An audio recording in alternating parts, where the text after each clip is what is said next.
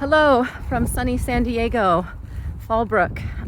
This message is for those who are kind of being called into receiving intuitive guidance, coaching, therapy, psychology, or any other healing modality from another human and their own insights and wisdom and knowledge and education. And this correlates with my post that I just made today called "Don't Ask Directions from Somebody Who Hasn't Been Where You Are Going."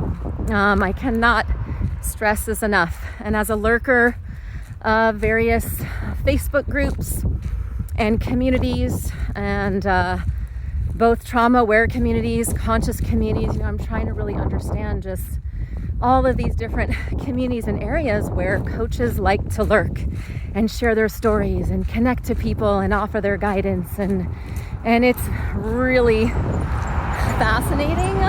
I'm not going to say predatorily in a conscious way, but I am finding that there are people offering services, life coaching services, and they're just not embodied. And I gave many examples, and I can give you a handful right now.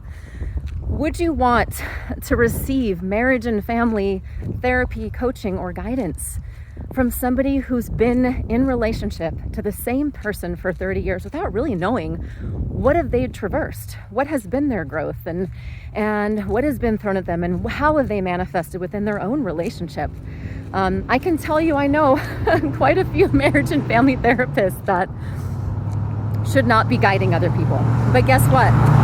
They went to school, and just like a teacher who becomes perhaps disenchanted with teaching children or high school or whatever, they're going to do it because that's where their education lies. And so people fall out of integrity simply because they're not in their divine purpose, they're in their career.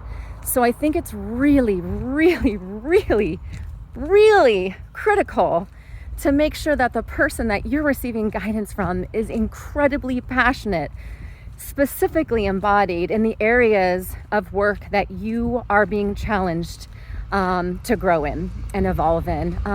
That's where divine insights come. That's where you collide with somebody in their divine purpose. That's where you're just going to be in flow. You're going to be in co-creation and mutuality.